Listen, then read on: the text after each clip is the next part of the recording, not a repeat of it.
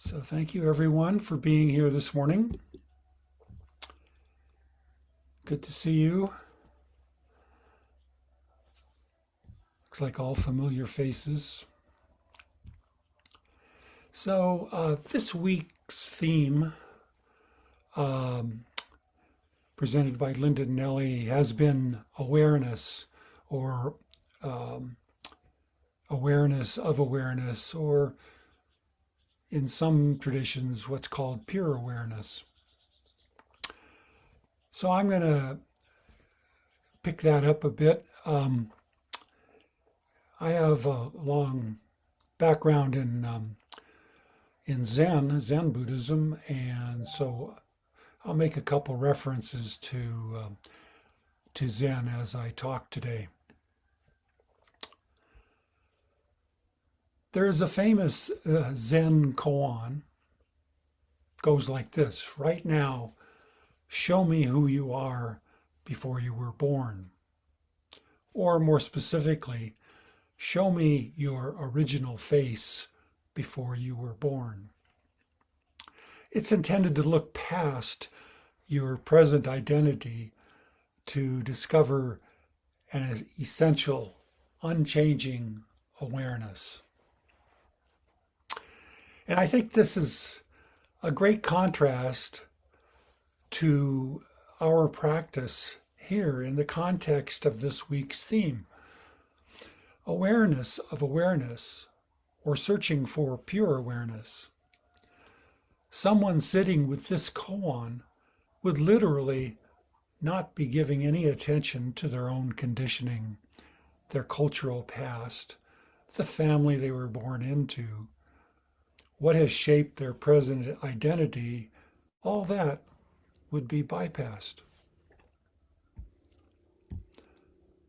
I'm not suggesting that this is not a good practice. It's powerful, I'm sure, for those working through Zen koans. But that is not the orientation that we are taking.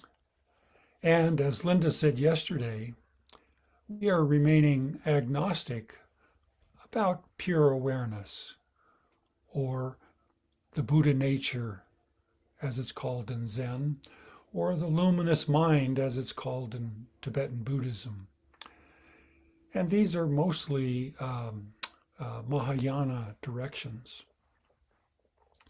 Our orientation, the direction of our practice, goes through conditionality, as well as impermanence, uncertainty, and complexity.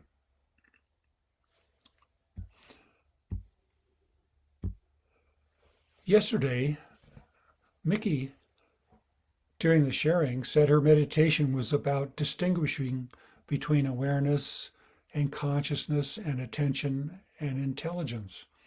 And I did some research on this on the internet.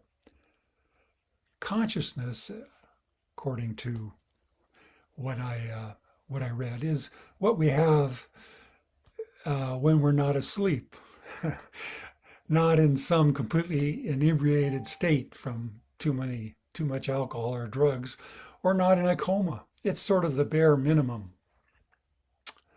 And here's what the internet said about awareness.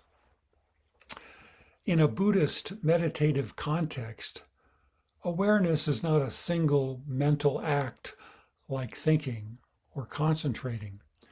It's better understood as a quality of presence, the capacity to know experience as it's happening, without immediately grasping, rejecting, or narrating it. Well, we have to be careful that we don't want to make awareness into a kind of high ideal, but the capacity to know our experience as it is happening, to know our meditation experience as it unrolls, that sounds pretty good to me. And then attention. The word attention, that's more focused, such as I turned my attention to the football game on TV, or the volunteer fire department siren went off and grabbed my attention. Going back to awareness, the capacity to know our experience. And I thought about that. What does know mean here? Does it mean recognize it as something familiar? Does it mean an immediate understanding? Does it mean that we are able to put language to it? Language is sort of the fourth component here after consciousness, awareness, and attention. We emphasize putting language to our experience to help in our understanding. But we say that as an introduction to our reflection period. Try to language your experience, and not necessarily as your experience is happening. Awareness of experience can be verbal, can be visual, can be auditory. All those things can be happening during your meditation. In another contrast with Zen, on the other hand, traditional Zen anyway, claims to be beyond words and language and thinking. If you go into an interview with a Rinzai Zen master, where they mostly work on koans, and try to provide a verbal explanation for a koan, he or she is likely to just ring you out, tell you to get out, work on it some more. We, on the other hand, value language as approximations to our experience. And as I said above, remain agnostic about pure awareness without any languaging.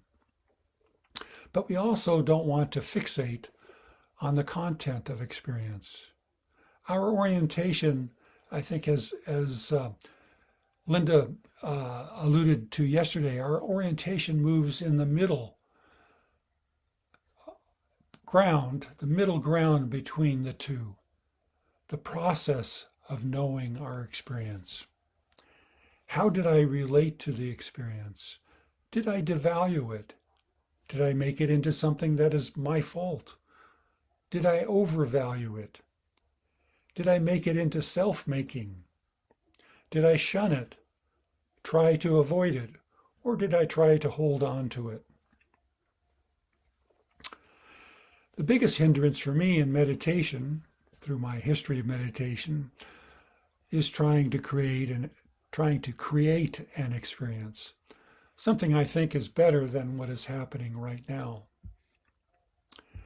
And I think this is one of the biggest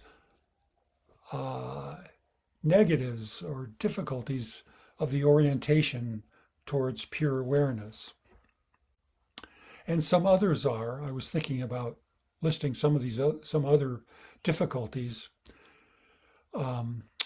in pursuing pure awareness. Losing sight of the bigger picture. What just happened? How is this ethical? And so on. That's really what we talk about in terms of having sati. Another one, losing sight of conditionality and impermanence. Devaluing our ordinary meditation experience. Having a fantasy about purity and pure experience. Losing sight of how each person may have a different experience. And finally, losing gentleness and curiosity in the pursuit of some kind of purity or transcendence. Well, I'm going to stop there. I appreciate your listening this morning. Now we'll go into our